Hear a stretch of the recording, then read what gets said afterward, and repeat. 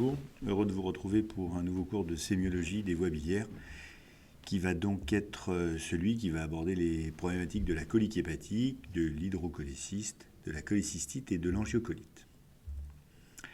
Tout d'abord, quelques définitions. La lithiase biliaire et la présence de lithiase dans les voies biliaires, qu'elles soient intra- ou extra-hépatiques. Je vous rappelle que les voies biliaires extra-hépatiques comprennent la voie biliaire principale et la voie biliaire accessoire, qui elle-même comprend la vésicule biliaire et le canal cystique. De manière formelle, on parle de calcul et lorsqu'il n'y en a qu'un, et de lithiase quand elles sont supérieures, quand le nombre est supérieur à 2. C'est quelque chose qui est connu depuis très longtemps, depuis plus de 500 ans où il y a eu la première description formelle, et ce qui est à peu près tout à fait expliqué, puisque 10% de la population mondiale est porteuse de ces lithiases ou de ce calcul. Il faut savoir que pour un patient donné, chaque année, le risque que l'une de ces lithiases devienne symptomatique est d'environ 1 à 2%, et nous verrons que la symptomatologie peut être au plus simple une colique hépatique, ou sinon les différentes complications de cette maladie. Il est très important de noter l'ensemble des pressions au sein de l'arbre biliaire. On va commencer par le sphincter d'Oddi qui résiste à une pression de 15 cm d'eau. Et la voie biliaire principale, d'habitude, la pression est de 10 cm d'eau. Ainsi, il y a un reflux dans la vésicule et grâce à un système dans le canal cystique, cette pression peut monter jusqu'à 15 cm d'eau et donc il n'y a pas de forçage, entre guillemets, du sphincter d'Oddi. Lorsque l'on mange, la cholécystokinine vient réaliser une contraction de la vésicule biliaire, la pression monte à 25, il y a même un relâchement du sphincter d'Oddi. Et si d'aventure le sphincter ne se relâchait pas, eh bien la contraction, mais augmentant la pression jusqu'à 25, permet l'écoulement biliaire. Il est extrêmement important de noter que donc, la pression normale est jusqu'à 15 et que si d'aventure la pression continue à augmenter à 20, il va y avoir un reflux lymphatique, un reflux veineux à partir de 25 et au stade ultime, un arrêt de la sécrétion biliaire si la pression est supérieure à 30 cm d'eau. Arrêt de la sécrétion biliaire, ça veut dire atrophie et mort des cellules des hépatocytes. Et le reflux ne concerne pas uniquement la bile, mais ce qu'elle contient parfois, à savoir des bactéries, des cytokines et des endotoxines, si d'aventure il y a une lyse cellulaire bactérienne. Et donc on comprend qu'il peut y avoir un reflux des bactéries et des cytokines, ce qui va donner, pour une des complications, l'angiocolite, c'est-à-dire une infection à point de départ biliaire, quelque chose d'extrêmement grave, puisque c'est tout l'arbre biliaire qui va relarguer en même temps ces bactéries, ces cytokines et ces endotoxines, et il peut y avoir à ce moment-là un choc violent, nous y reviendrons. Il est toujours intéressant de savoir comment se forment les calculs, et pour cela on se base sur le triangle de Small et d'Hervician. Si on considère qu'ici il y a le cholestérol, les phospholipides et les sels biliaires, il y a en fait une petite zone par rapport à la surface de tout ce triangle où la bile est normale. Sinon, dans les autres zones, la 2, la 4 et la 3, eh bien, une zone de saturation avec la cristallisation et la formation pour les zones 3 et 4 de cristaux et donc de calculs biliaires. Il existe deux grands types de calculs biliaires. Les calculs pigmentaires, qui sont dus à des hémolyses chroniques et dont le lieu de formation est quasiment exclusivement, vous pouvez le retenir, dans la vésicule biliaire. Il ne représente que 20 à 20% de l'ensemble des calculs. Il y a ensuite les calculs de cholestérol, les beaucoup plus fréquents, et ils sont dus à ce déséquilibre du triangle de Small et d'Hervician. Et ils ont, eux, une formation aussi bien dans la voie biliaire intra que dans la voie biliaire extra-hépatique. ils sont rarement radio-opaques et ils sont la cause d'une stase biliaire due à la cristallisation de la vésicule biliaire. Comme partout en médecine et comme tout le temps en médecine, il n'y a jamais de choses très tranchées et donc il existe des formes mixtes, des calculs mixtes, mais retenez surtout les calculs pigmentaires qui sont noirs dus à des hémolyses et les calculs de cholestérol qui sont dus au déséquilibre de ce triangle et qui sont principalement faits de cholestérol et qui peuvent, eux, être faits dans la voie biliaire intra- et extra-hépatique, alors que les pigmentaires, quasiment exclusivement, dans la vésicule biliaire.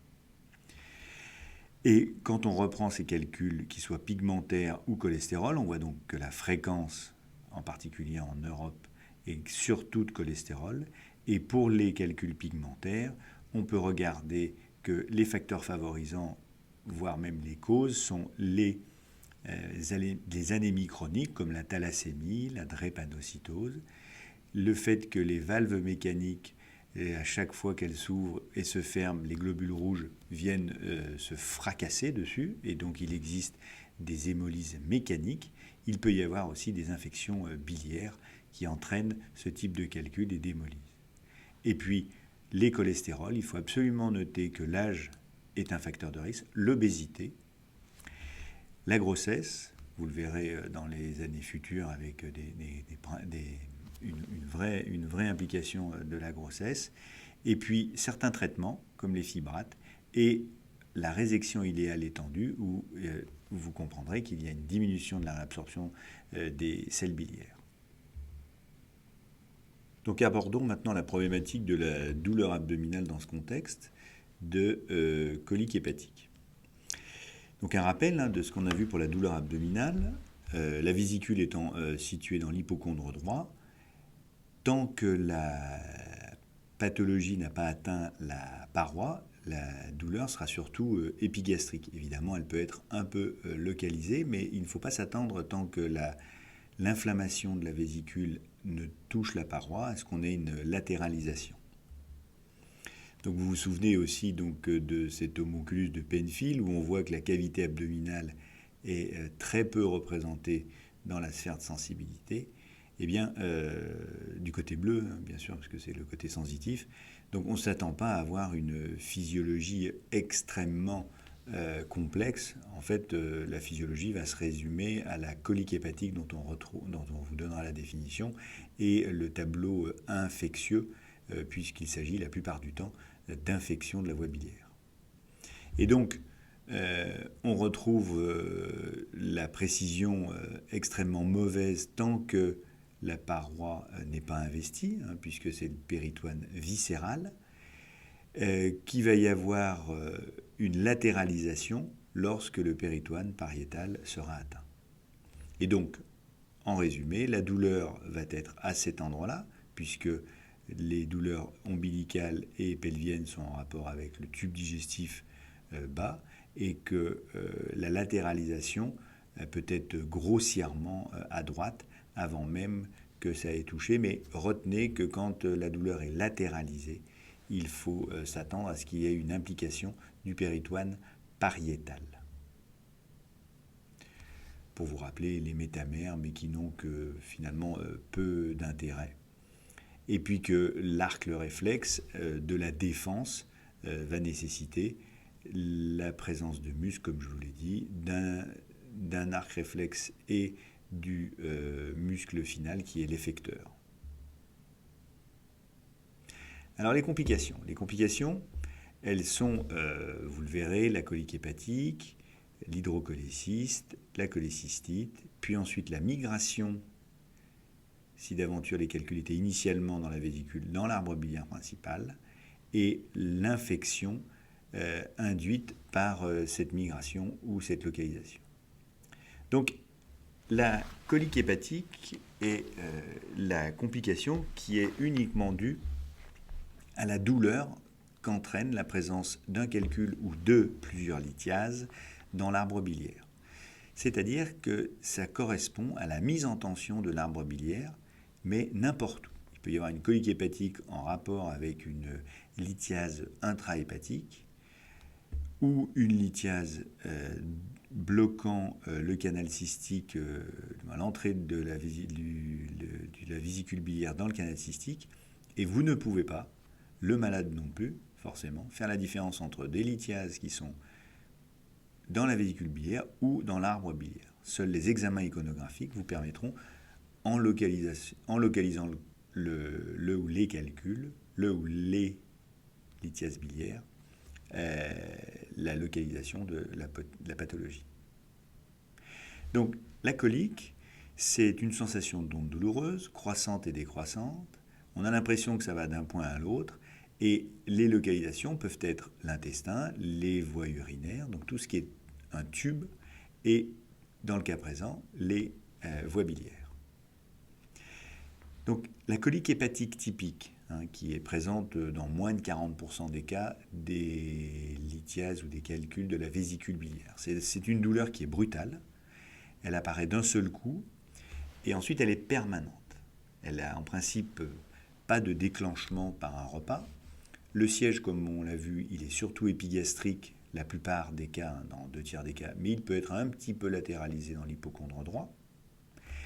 Ça peut irradier dans l'épaule droite et la fosse lombaire.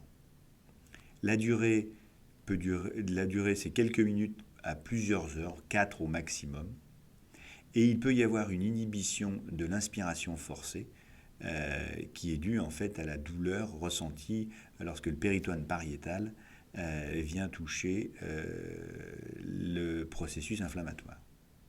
Par définition, la colique hépatique est uniquement une douleur. Donc il n'y aura aucun syndrome infectieux et aucun signe de rétention biliaire prolongée comme l'ictère et le syndrome infectieux, donc aucune fièvre. Et il n'y a en principe aucun élément biologique, puisque c'est uniquement une douleur, c'est-à-dire qu'il n'y aura pas de cholestase, pas de cytolyse et pas de complications de migration et de pancréatite, et bien sûr pas d'inflammation et d'infection, puisqu'à ce moment-là, on aura un stade de plus dans la complication, c'est-à-dire l'infection. Et donc parlons de cette infection, c'est-à-dire que si le calcul, prenons la lithiase biliaire intravésiculaire, et on ne prend pas la lithiase intrahépatique, eh bien, si le calcul vient se bloquer dans l'infundibulum, il va entraîner en amont une dilatation de la vésicule, et donc c'est cette distension aiguë de la vésicule biliaire que l'on appelle un hydrocholécyste. Et il n'y a aucune infection dans cette problématique. Évidemment, si la chose persiste, puisque la bile contient des bactéries comme les urines, mais il n'y a pas d'infection parce qu'en permanence elle va se vider dans la voie biliaire, eh bien si cet épisode de blocage persiste, il va y avoir une pullulation microbienne et on va passer à la complication suivante qui sera la cholécystite. Et donc on comprend bien que la vésicule à ce moment-là elle est distendue, donc volumineuse, elle est tendue, donc il y a un liquide clair à l'intérieur de la vésicule et qui est dû en fait avec une réabsorption de la bilirubine à un liquide qui perd sa teneur en bilirubine. Et puis, elle est exclue de la voie biliaire principale puisque historiquement, on a fait comme examen avant qu'on ait l'échographie, on injectait un produit de contraste et on voyait qu'on n'injectait pas, on n'opacifiait pas la voie biliaire principale et on parlait à ce moment-là de vésicule exclue du reste de la voie biliaire principale. Alors le risque, c'est la rupture, et donc c'est pour ça qu'en principe, c'est une indication chirurgicale. On peut essayer de faire diminuer l'inflammation en donnant des anti-inflammatoires, mais la plupart du temps, les gens viennent avec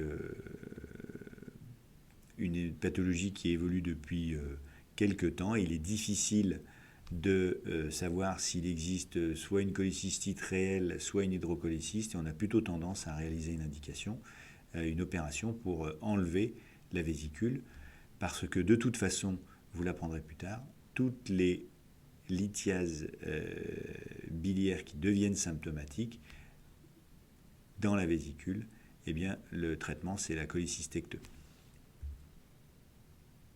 Alors la cholécystite, Vous savez bien que quand il y a la terminaison -ite, ça veut dire inflammation. Mais la cholécystite, par définition médicale, c'est une infection de la vésicule biliaire. Donc, il y a des cholécystites purement inflammatoires, mais retenez que la définition, c'est une infection de la cholécystite, de la vésicule biliaire.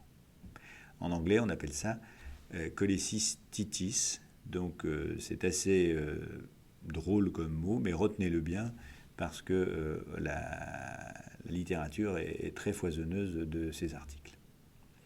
Donc, voilà les aspects péropératoires de célioscopie, où on a ici une vésicule tout à fait normale, avec quelques adhérences sur les pipelons à droite, mais ici, l'infection avec même la gangrène, des fausses membranes qu'on peut voir avec cette couleur aubergine, ou au stade ultime, une nécrose de la vésicule biliaire, évidemment, dont le traitement est l'ablation. Alors, comment est-ce qu'on fait le diagnostic d'une cholécystite ? Eh bien, on se rappelle d'abord sa définition, hein, c'est une infection aiguë de la vésicule biliaire.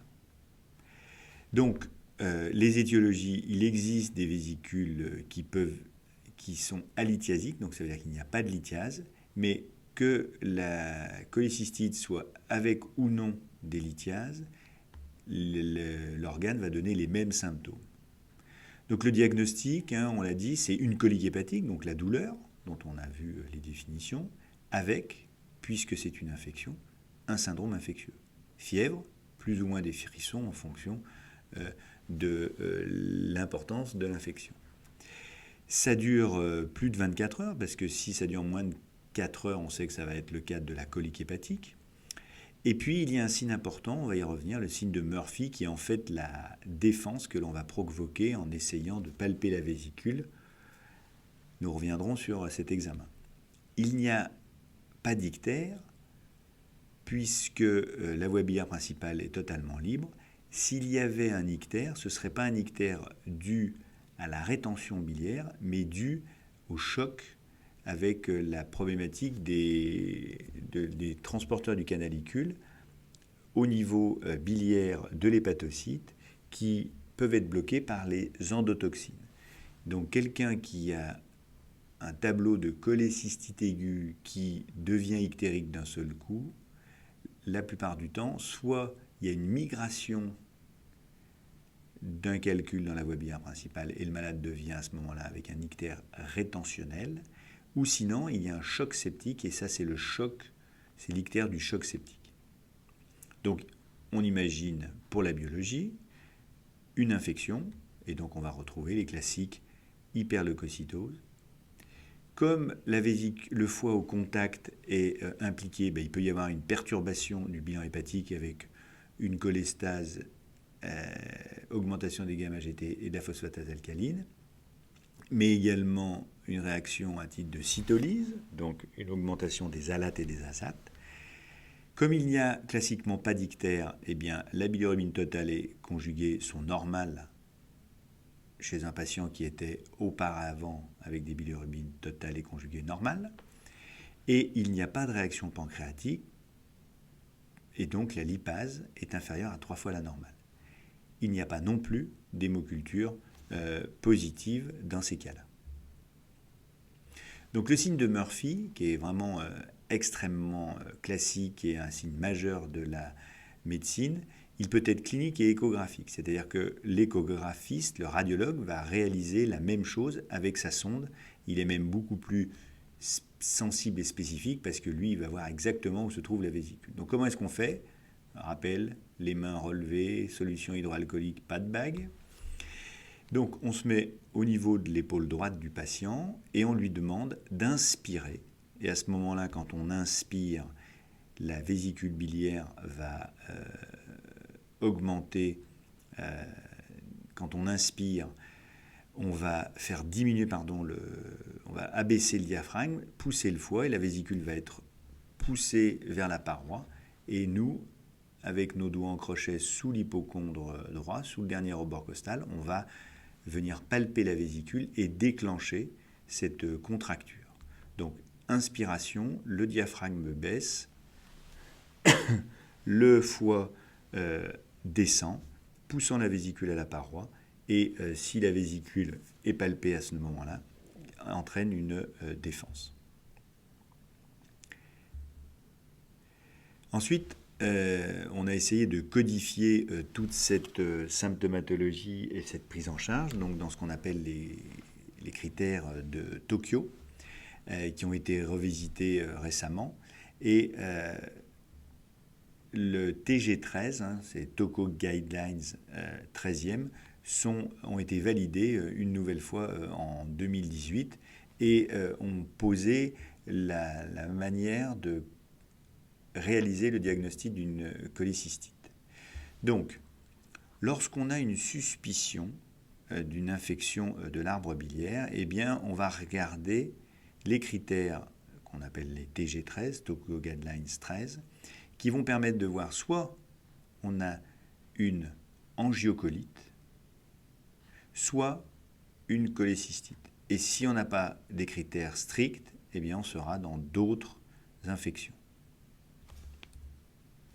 Donc, comment est-ce qu'on fait le signe, comment est-ce qu'on fait le diagnostic maintenant d'une cholécystite? Eh bien, on a 3 types de signes. Les signes locaux, dont le signe de Murphy. Les signes non spécifiques d'inflammation, fièvre, augmentation de la CRP et des globules blancs. Et puis, des signes iconographiques, des signes à l'image. On va faire le diagnostic certain si on a un signe clinique, donc le signe pathognomique quasiment du Murphy, ou sinon une douleur dans l'hypochondre droit, associé à soit un autre élément clinique d'infection, soit l'imagerie pathognomonique d'une infection. Et donc, on voit bien qu'il faut absolument la réunion de deux de ces signes pour pouvoir faire le diagnostic d'une cholécystite. Ensuite, il est important de classifier en termes de sévérité de la cholécystite. Et pour ce faire, on va voir la cholécystite modérée, qui n'est ni un 3 ni un 2, et la cholécystite grave, sévère, c'est en fait quelque chose qui va entraîner des répercussions majeures, cardiaques, neurologiques, hépatiques, avec une augmentation de l'INR, donc des troubles de la coagulation. Il peut y avoir aussi une dysfonction rénale, avec une créatininémie supérieure à 2 mg par décilitre. Il va y avoir aussi une diminution, une dysfonction respiratoire. Et dans le grade 2, eh bien, en gros, ce qui est très intéressant, c'est de noter le fait que simplement d'avoir une cholécystite évoluant depuis 72 heures, eh bien, on est déjà dans quelque chose de grade 2, et vous apprendrez plus tard que c'est une non-indication opératoire et qu'on va plutôt traiter par antibiotiques ces patients-là. Et puis ensuite, on va retrouver le syndrome tumoral, c'est-à-dire qu'on va palper la vésicule qui est en rétention, et puis une hyperleucocytose supérieure à 18 000 blancs. Donc, maintenant, nous allons nous intéresser à la migration lithiasique. Donc, nous avons déjà vu la colique hépatique, la douleur, le calcul qui vient s'enclaver ici avec une augmentation de la taille de la vésicule, l'hydrocholécyste. Si ça s'infecte, eh bien, on est dans la cholécystite, mais il se peut que la contraction fasse passer un calcul, la plupart du temps un petit calcul, et ce calcul va venir dans la voie biliaire principale, et on appelle ça à ce moment-là le syndrome de migration lithiasique. Donc il peut y avoir des impacts sur le canal de Wirsung, d'où les problématiques de pancréatite, ou un impact sur la cholérèse complète du foie, canal droit, canal gauche. on peut imaginer qu'ils viennent se bloquer là ou se bloquer là et mettre en rétention tout l'arbre biliaire et à ce moment-là, entraîner un ictère, nous le verrons. Donc, voilà un peu la problématique illustrée avec cette image. Soit en intrahépatique, soit en extrahépatique. Donc, toujours pareil, migration lithiasique, on prend un interrogatoire, inspection, palpation, auscultation, percussion. Donc, la migration, elle peut être totalement asymptomatique, ou si d'aventure elle entraîne une douleur, comme on l'a vu, toutes les douleurs de l'arbre biliaire sont des coliques hépatiques. Donc, la colique hépatique, vous vous référez à ce qu'on a dit précédemment, mais vous savez simplement que c'est la mise en tension de l'arbre biliaire, vous n'avez pas la localisation. À l'inspection, eh bien, soit le calcul flotte et n'a pas bougé et ne bloque pas l'arbre biliaire complètement. Par contre, s'il bloque tout l'arbre biliaire au niveau de la papille, à cet endroit-là, eh bien, la bile ne s'écoule plus et on comprend bien à ce moment-là qu'il y a un ictère rétentionnel. Ce fera l'objet d'un autre cours. À la palpation, la plupart du temps, vous n'avez rien du tout, sauf si la vésicule biliaire est distendue par un autre calcul. Mais en principe, une fois que le calcul est passé, dans la voie biliaire, vous n'aurez rien à la palpation, évidemment rien à l'auscultation, et encore moins à la percussion. Donc, la migration, contrairement à ce que l'on pourrait penser, tant qu'elle ne met pas en tension l'arbre biliaire, le calcul flotte dans la voie biliaire principale, mais s'il ne flotte pas, eh bien, il va entraîner une cholestase, et cette cholestase, en fonction que l'arbre biliaire est complètement bloqué, va être soit anictérique ou pas. Anictérique, le calcul bloque une partie de l'arbre biliaire, mais la bile continue à s'écouler correctement, donc on a simplement une cholestase anictérique, et puis si elle bloque tout l'arbre biliaire, on a à ce moment-là une cholestase ictérique.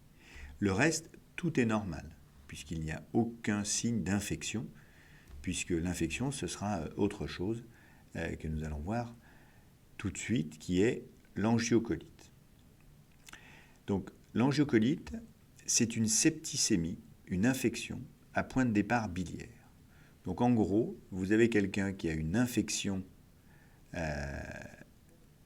importante, avec un signe biliaire, quel qu'il soit, vous êtes en droit de supposer que le patient a une angiocolite. Il est très classique de décrire la triade de Charcot, mais avant même de la décrire, je vous rappelle qu'elle n'est pas présente chez tous les patients et qu'en fonction des études épidémiologiques, elle n'est présente que dans 20 à 40% des cas.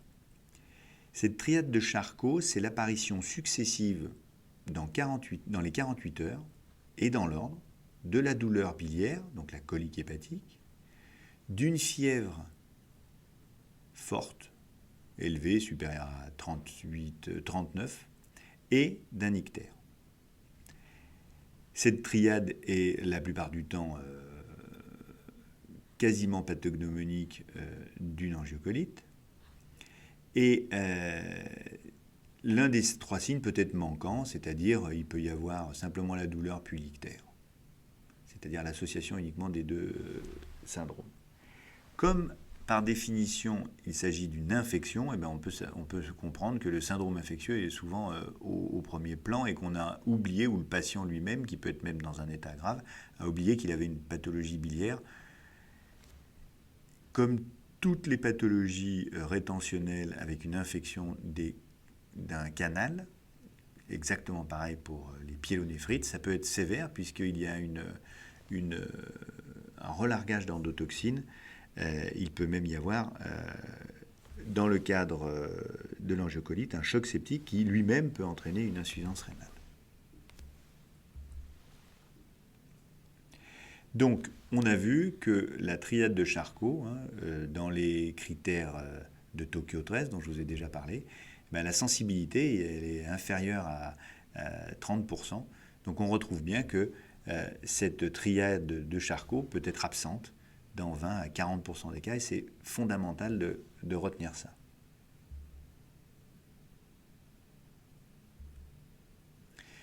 On le reverra dans le cours sur l'ictère, Par définition, l'ictère, c'est une bilirubine totale supérieure à 35 micromoles.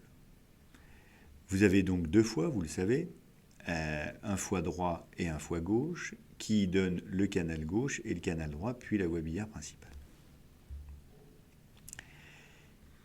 Pour qu'il y ait un ictère sans pathologie canalaire, il faut que tous les hépatocytes soient intéressés.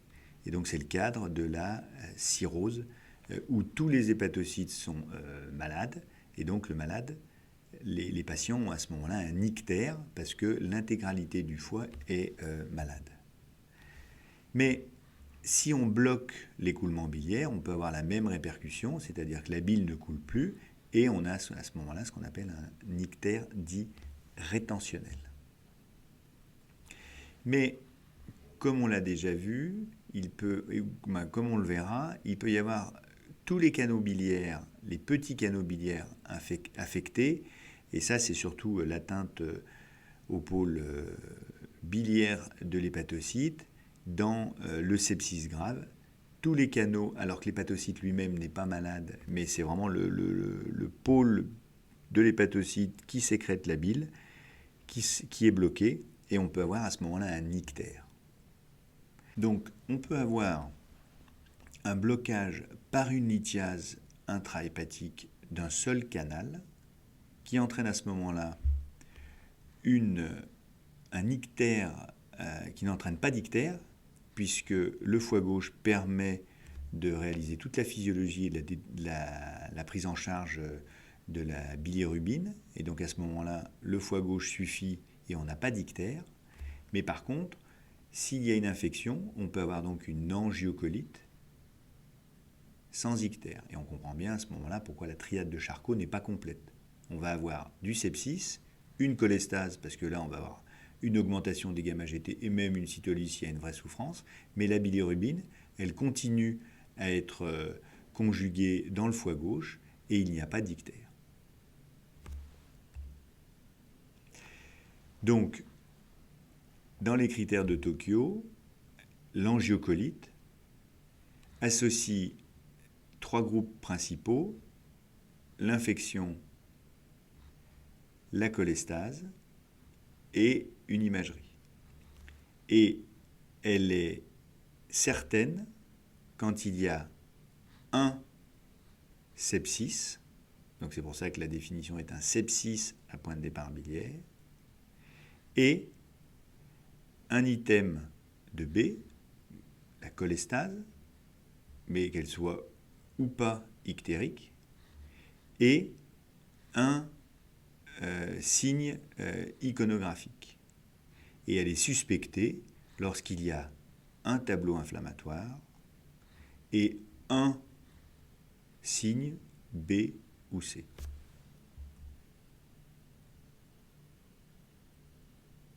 Maintenant, je vous invite à ce que nous inventions une maladie. Vous reverrez cette vidéo après le cours sur l'ictère et vous verrez qu'à ce moment-là, les choses se positionneront dans votre cerveau de manière tout à fait limpide. Donc, nous savons que les lithiases, ou le calcul, se trouvent dans la voie biliaire principale, dans la voie biliaire accessoire, la vésicule biliaire, et qu'ils peuvent migrer comme on l'a vu. Il y a donc parfois un calcul qui vient s'enclaver dans le canal cystique, et on imagine bien que l'inflammation occasionnée va venir progressivement bloquer l'écoulement de la voie biliaire principale et entraîner à ce moment-là un ictère rétentionnel, puisque la bile ne coule plus. Et aussi bien le canal droit que le canal gauche, donc le patient devient ictérique. Donc c'est-à-dire qu'on a l'association d'une cholécystite avec un ictère. Alors on pourrait se dire que le calcul il a bougé, il a migré, il est venu se bloquer en bas uniquement. Mais comme vous le savez, il faut réaliser une iconographie. Et imaginons qu'on aurait réalisé une sphinctérotomie endoscopique et une CPRE, eh bien on verrait qu'il y a un processus, qui est ce processus inflammatoire qui va venir bloquer la voie biliaire principale et non pas un calcul dans la voie biliaire principale en bas au niveau de la papille le sphincter de Die. Eh bien, c'est une maladie qui est très connue. C'est le syndrome de Mirizzi, qui est un Argentin, qui l'a décrit pour la première fois dans les années 50.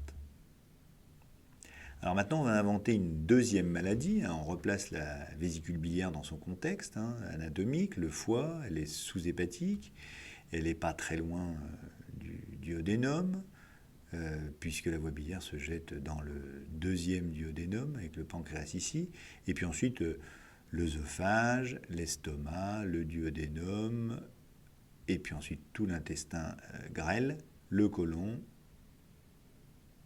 jusqu'à l'anus, en passant donc par le rectum. Et imaginons qu'on ait un calcul, un macro-calcul, supérieur par définition à 2 cm, qui s'enclave, qui s'infecte, et tous les processus infectieux vont donner des abcès, et les abcès vont se drainer dans des organes de voisinage, et la plupart du temps, ce qui est plus facile, c'est de se drainer dans un organe creux. Donc voilà l'infection, la chronisation avec la vésicule qui va devenir atrophique, et puis le calcul, il y a un contact entre le duodénum ici et la vésicule, et il peut se créer une fistule entre la voie biliaire accessoire, la vésicule biliaire, et le duodénum, et le calcul se retrouve à ce moment-là dans le duodénum, et il va bouger dans tout l'intestin grêle et il va venir se bloquer à la jonction iléo-cécale, à la valvule.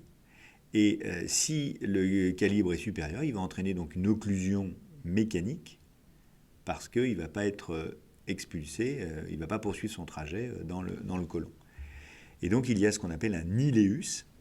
Et dans l'histoire clinique, vous retrouvez une colique hépatique qui perdure avec des signes de cholécystite depuis plusieurs mois et qui entraîne une occlusion.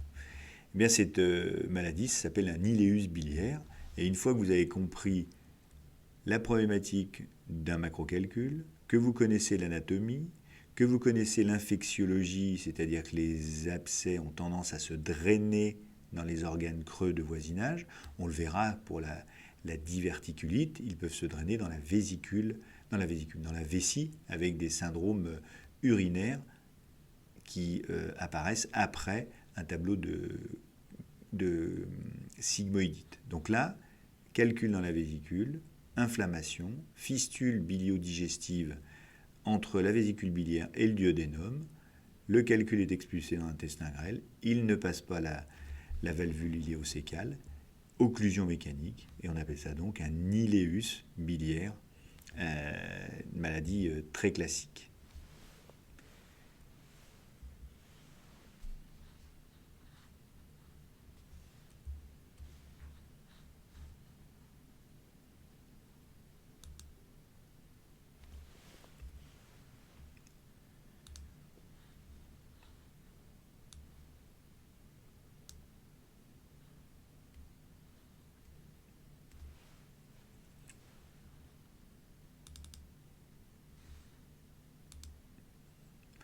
Donc en conclusion, on peut revenir sur cette diapositive.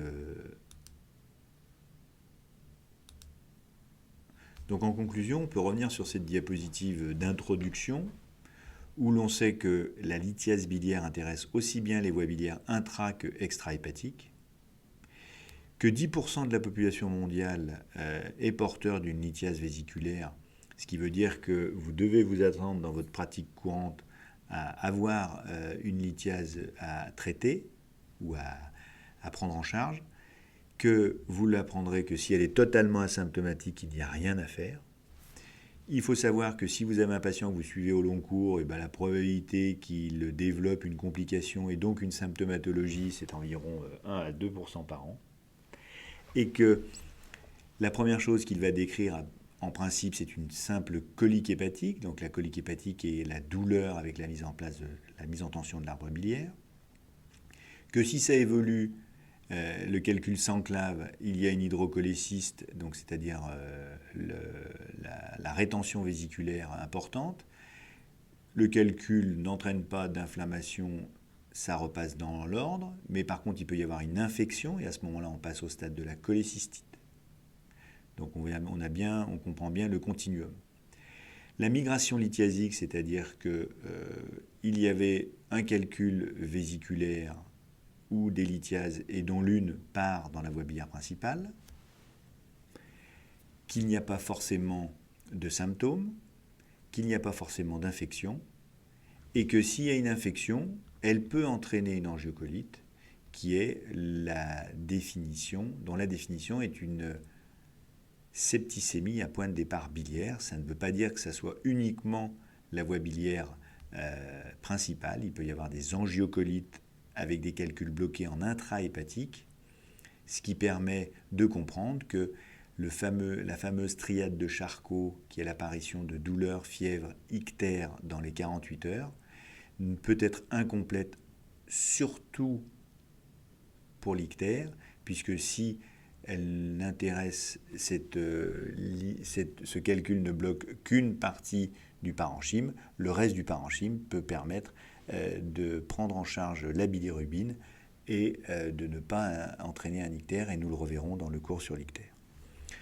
Voilà, je vous remercie. Revoyez plusieurs fois ce cours, en particulier le moment où on invente, entre guillemets, ces deux maladies qui sont le syndrome de Mérisy et l'iléus biliaire. Et retenez bien les définitions de calcul, lithiase, la colique hépatique qui n'est qu'une douleur, la cholécystite qui est par définition l'infection, la migration lithiasique qui est simplement le fait que le calcul passe dans la voie biliaire principale, et s'il n'entraîne pas d'augmentation de pression, s'il flotte simplement, il n'y aura aucun symptôme, et qu'il peut y avoir une infection de l'arbre biliaire, où qu'il soit, et c'est la définition d'une angiocolite, et que pour l'angiocolite, on n'est pas obligé d'avoir cette fameuse triade de Charcot, qui n'est présente que dans 20 à 40% des cas, l'apparition dans les 48 heures de douleurs, fièvre, ictère.